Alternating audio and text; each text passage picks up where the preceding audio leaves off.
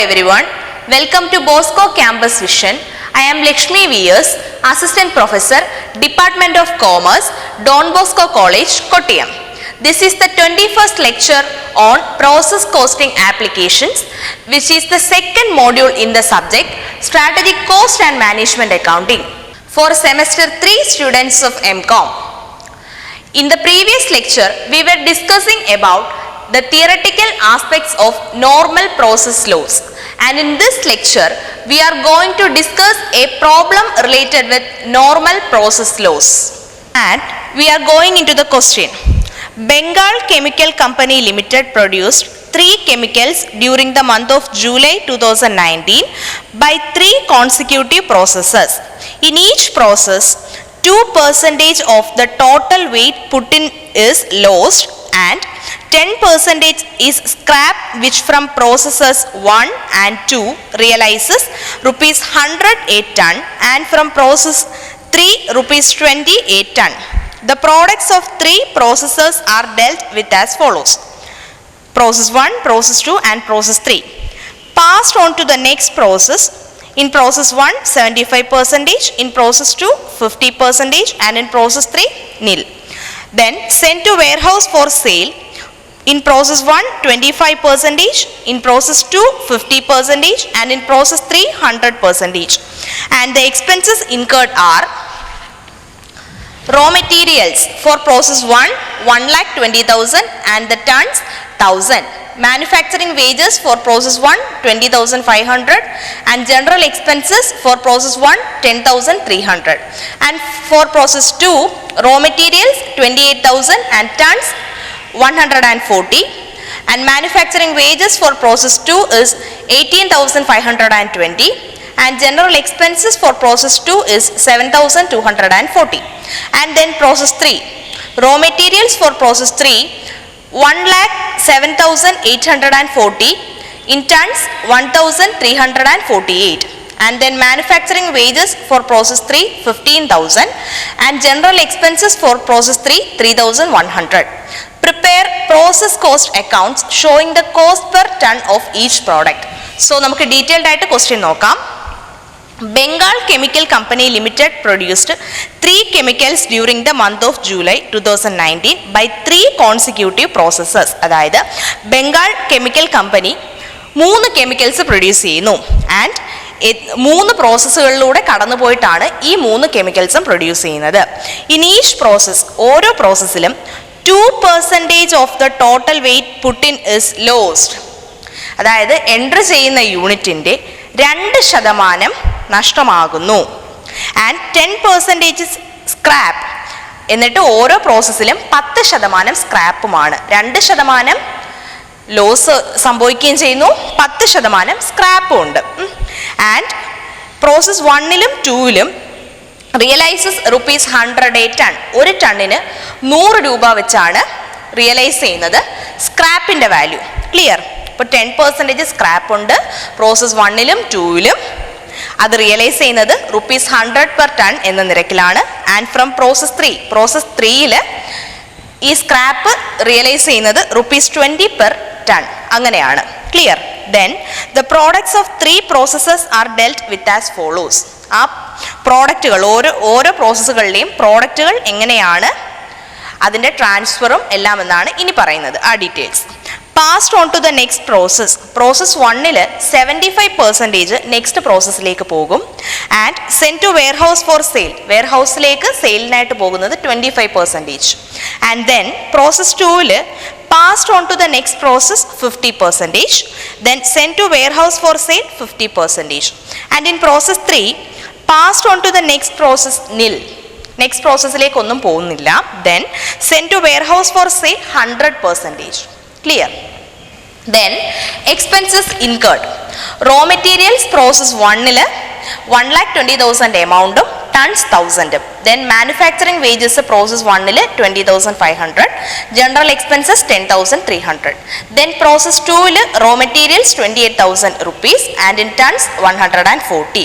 Then manufacturing wages 18,520 for process 2 and general expenses 7,240 for process 2. Then raw materials for process 3 1,07,844 rupees and tons 1,348. Then manufacturing wages 15,000 for process 3 and then general expenses 3,100 for process 3. Then prepare process cost accounts showing the cost per ton of each product. ഓരോ പ്രോഡക്റ്റിൻ്റെയും cost per ton show ചെയ്തുകൊണ്ട് അതുവരെ കാണിച്ചുകൊണ്ട് process accounts prepare ചെയ്യാനായിട്ടാണ് question പറഞ്ഞിരിക്കുന്നത്. Okay, we are going into the solution to this problem. നമുക്കറിയാം process accounts ആണ് prepare ചെയ്യാൻ പറഞ്ഞിരിക്കുന്നത്. So there are 3 processes. Then നമ്മൾ ആദ്യം പ്രിപ്പയർ ചെയ്യേണ്ടത് പ്രോസസ് 1 അക്കൗണ്ട്. ക്ലിയർ? അക്കൗണ്ട് ആണിത്. സോ നമ്മൾ പഠിച്ചത് പ്രകാരം പ്രോസസ് അക്കൗണ്ടിൽ ഡെബിറ്റ് ചെയ്യുന്നത് മെറ്റീരിയലിൻ്റെ വാല്യൂ, വേജസ്, മറ്റ് എക്സ്പെൻസസ് ഒക്കെയാണ്. സോ നമുക്ക് ക്വസ്റ്റ്യനിലേക്ക് നോക്കിക്കഴിഞ്ഞാൽ പ്രോസസ് 1 റിലേറ്റ് ചെയ്ത് കഴിഞ്ഞ് റോ മെറ്റീരിയൽസിൻ്റെ വാല്യൂ അവർ കൊടുത്തിട്ടുണ്ട്. ദാറ്റ് ഈസ് 1,20,000 ആൻഡ് യൂണിറ്റ്സ് എന്ന് പറയുന്നത്, ടൺസ് എന്ന് പറയുന്നത് 1000 ക്വസ്റ്റ്യനിലുണ്ട്. ദെൻ മാനുഫാക്ചറിങ് വേജസ് അതും ക്വസ്റ്റ്യനിലുണ്ട് 20,500. ദെൻ ജനറൽ എക്സ്പെൻസസ് അതും ക്വസ്റ്റ്യനിലുണ്ട് 10,300. ക്ലിയർ ആണല്ലോ ഡെബിറ്റ് സൈഡ്? ദെൻ നമുക്ക് ക്രെഡിറ്റ് സൈഡിലേക്ക് നോക്കാം. ക്വസ്റ്റ്യനിൽ പറഞ്ഞിട്ടുണ്ട് 2% ഓരോ പ്രോസസ്സിലും 2% ലോസ്റ്റ് ആയിട്ടുണ്ട്, അതായത് 2% നഷ്ടപ്പെട്ടിട്ടുണ്ട്. ദെൻ എൻട്രി ചെയ്യുന്ന യൂണിറ്റിൻ്റെ 2% ആണ് നഷ്ടപ്പെടുന്നത്. നോക്കുക, എൻട്രി ചെയ്ത യൂണിറ്റ് എത്രയാണ്? 1000 ആണ് എൻട്രി ചെയ്ത യൂണിറ്റ്. സോ ആ 1000ന്റെ 2% നഷ്ടപ്പെട്ടു. അതായത് 1000ന്റെ 2%, 1000 × 2/100 ദാറ്റ് ഈസ് 20. ക്ലിയർ? വാല്യൂ ഒന്നുമില്ല. ഓക്കെ, ദെൻ അത് കഴിഞ്ഞിട്ട് 10% സ്ക്രാപ്പ് ഉണ്ടെന്ന് പറയുന്നു. ക്വസ്റ്റ്യനിൽ പറഞ്ഞിട്ടുണ്ട്. അപ്പോൾ ആ 10% സ്ക്രാപ്പിന് 100 rupees വെച്ച് പ്രോസസ് 1ലും 2ലും 100 rupees per ton വെച്ച് റിയലൈസബിൾ വാല്യൂ ഉണ്ട്. ക്ലിയർ? സോ 10% ആണ് സ്ക്രാപ്പ്. ഏതിൻ്റെ 10%? ഈ എൻട്രി ചെയ്ത യൂണിറ്റിൻ്റെ 10%. സോ 1000ന്റെ 10% ആയ 100. ക്ലിയർ? ഈ 100ന് പെർ ടൺ, മൊത്തം 100 ടൺസ് ഉണ്ട്. അതിൽ പെർ ടൺ 100 rupees ആണ് വാല്യൂ. സോ 100 ടൺസിന് 100 rupees വെച്ച് 10,000 ആണ് വാല്യൂ. 100 × 100 10,000. ഇവിടം വരെ ക്ലിയർ ആണല്ലോ? ദെൻ ഇനി നമുക്ക് ക്വസ്റ്റ്യനിൽ പറഞ്ഞിട്ടുണ്ട് വെയർ ഹൗസിലേക്ക് ട്രാൻസ്ഫർ ചെയ്യുന്നത് 25% ആണ്. അതിലൊരു കാൽക്കുലേഷൻ ഉണ്ട്, തെറ്റിപ്പോവാതെ നമുക്ക് ചെയ്യാം. ക്ലിയർ? 1000 ആണ് എൻട്രി ചെയ്ത യൂണിറ്റ്. ഓക്കെ, ദെൻ 20 അങ്ങ് നഷ്ടപ്പെട്ടു. 20 നഷ്ടപ്പെട്ടു. ദെൻ 100 വീണ്ടും സ്ക്രാപ്പായിട്ട് പോയി. ക്ലിയർ? സോ 1000ൽ നിന്നും 20 പോയി, ദെൻ 100ഉം പോയി. ബാലൻസ് എത്രയുണ്ട്? 880 ആണ് ബാലൻസ് ഉള്ളത്. ക്ലിയർ ആണല്ലോ? 1000ൽ നിന്നും ഈ 2% നഷ്ടം ആയിട്ടുള്ള 20ഉം പോയി, ദെൻ ഈ സ്ക്രാപ്പിൻ്റെ 100ഉം പോയി. ദെൻ ബാലൻസ് 880 ആണ്. സോ ആ 880യുടെ 25% ആണ് വെയർ ഹൗസിലേക്ക് ട്രാൻസ്ഫർ ചെയ്യുന്നത്. നെക്സ്റ്റ് പ്രോസസ്സിലേക്ക് പോകുന്നത് ആ 880യുടെ 75% ആണ്. ക്ലിയർ? സോ 880യുടെ 25% എന്ന് പറയുന്നത് 220. ക്ലിയർ ആണല്ലോ? ദെൻ 880യുടെ 75% എന്ന് പറയുന്നത് 660. ഡൗട്ട്സ് ഒന്നുമില്ലല്ലോ ഈ യൂണിറ്റ്സ് വന്നതിൻ്റെ കേസിൽ? സിമ്പിൾ ഇത്രയേ ഉള്ളൂ. എൻട്രി ചെയ്ത യൂണിറ്റിൽ നിന്നും നഷ്ടം സംഭവിച്ചത് 20 കുറയ്ക്കുന്നു, ദെൻ സ്ക്രാപ്പിൻ്റെ വാല്യൂവും കുറയ്ക്കുന്നു. അത് കുറച്ച് കഴിയുമ്പോൾ 880 ആണ് കിട്ടുന്നത്. 880യുടെ 25% ആണ് വെയർ ഹൗസിലേക്ക് ട്രാൻസ്ഫർ ചെയ്യുന്നത്. ഈ പെർസെൻറ്റേജ് ഒക്കെ ക്വസ്റ്റ്യനിൽ അവർ ക്ലിയർ ആയിട്ട് കൊടുത്തിട്ടുണ്ട്. സോ 220 ആണ് ആ 25%, 880യുടെ 25%. ദെൻ നെക്സ്റ്റ് പ്രോസസ്സിലേക്ക് പോകുന്നത് 660, അതായത് 880യുടെ 75%. ക്ലിയർ? ദെൻ എമൗണ്ട് സൈഡിലേക്ക് വരുമ്പോൾ ഡെബിറ്റ് സൈഡിലെ എമൗണ്ടുകളെല്ലാം നമുക്ക് ക്വസ്റ്റ്യനിൽ തന്നിട്ടുള്ളതാണ്. സോ നമ്മൾ ക്രെഡിറ്റ് സൈഡിലെ എമൗണ്ട്, ഈ 2% ലോസ്റ്റ് ആയതിന് വാല്യൂ ഇല്ല. ദെൻ സ്ക്രാപ്പിന് 10,000 വാല്യൂ ഉണ്ട്, അത് നമുക്കറിയാം. സോ ഡെബിറ്റ് സൈഡിലെ എല്ലാം കൂടി നമ്മൾ ആഡ് ചെയ്തെടുക്കുമ്പോൾ 1,50,800 ആണ് എമൗണ്ട്. ആ എമൗണ്ടിൽ നിന്നും ഈ 10,000നെ മൈനസ് ചെയ്യുക. ക്ലിയർ? സോ 1,50,800ൽ നിന്നും ഇവിടെ വാല്യൂ ഇല്ല, ഈ 10,000നെ മൈനസ് ചെയ്യുമ്പോൾ 1,40,800 നമുക്ക് ലഭിക്കും. ക്ലിയർ? ആ 1,40,800ന്റെ 25% ആണ് വെയർ ഹൗസിലേക്ക് ട്രാൻസ്ഫർ ചെയ്യുന്ന ഈ എമൗണ്ട്. ക്ലിയർ? അപ്പോൾ 1,40,800-ന്റെ 25% ആയ 35,200 ആണ് വെയർ ഹൗസിലേക്ക് ട്രാൻസ്ഫർ ചെയ്യുന്നത്. അതുപോലെ തന്നെ 1,40,800-ന്റെ 75% ആയ 1,05,600 ആണ് നെക്സ്റ്റ് പ്രോസസ്സിലേക്ക് പോകുന്നത്. ഒന്നുകൂടെ പറഞ്ഞു തരാം. ഈ എമൗണ്ട് എല്ലാം ആഡ് ചെയ്തെടുക്കുന്നു. ദെൻ ലോസ് ഓഫ് വെയിറ്റ് ഉണ്ടല്ലോ, അതിൻ്റെ വാല്യൂ ഇല്ല, അപ്പോൾ അവിടെ ഒന്നും ചെയ്യുന്നില്ല. നെക്സ്റ്റ് ഈ സ്ക്രാപ്പിൻ്റെ വാല്യൂ മൈനസ് ചെയ്യും. ദെൻ 1,40,800 ആണ് കിട്ടുന്നത്. ആ എമൗണ്ടിനെ 25% ആൻഡ് 75% എന്ന രീതിയിൽ ഡിവൈഡ് ചെയ്യുന്നു. 1,40,800-ന്റെ 25% ആണ് 35,200. ദെൻ 1,40,800-ന്റെ 75% ആണ് 1,05,600. ടാലി ആക്കുന്നു. ട്രാൻസ്ഫർ ടു നെക്സ്റ്റ് പ്രോസസ് 2, അതായത് ഈ എമൗണ്ട് എങ്ങോട്ടേക്ക് പോകാനുള്ളതാണ്? അടുത്ത പ്രോസസ് അക്കൗണ്ടിലേക്ക്, പ്രോസസ് 2ലേക്ക് പോകാനുള്ളതാണ്. ക്ലിയർ? സോ നമ്മൾ പ്രോസസ് 1 അക്കൗണ്ട് ചെയ്തു കഴിഞ്ഞു. Then we are going into process 2 account. Okay, first item എന്ന് പറയുന്നത് എന്തായിരിക്കും? നമുക്കറിയാം, പ്രോസസ് 1-ലെ ബാലൻസ് ട്രാൻസ്ഫർ ടു പ്രോസസ് 2 എന്ന് പറഞ്ഞ് നമ്മൾ ക്രെഡിറ്റ് സൈഡിൽ കണ്ടിരുന്നു. അത് ആദ്യം നമ്മൾ എന്ത് ചെയ്യുക? ഡെബിറ്റ് സൈഡിലേക്ക്, പ്രോസസ് 2ലേക്ക് കൊണ്ടുവരുന്നു. പ്രോസസ് 2ന്റെ ഡെബിറ്റ് സൈഡിലേക്ക് കൊണ്ടുവരുന്നു. പ്രോസസ് 1-ൽ നിന്നുള്ള ട്രാൻസ്ഫർ ആണ് 660 tons and value is 1,05,600. Clear?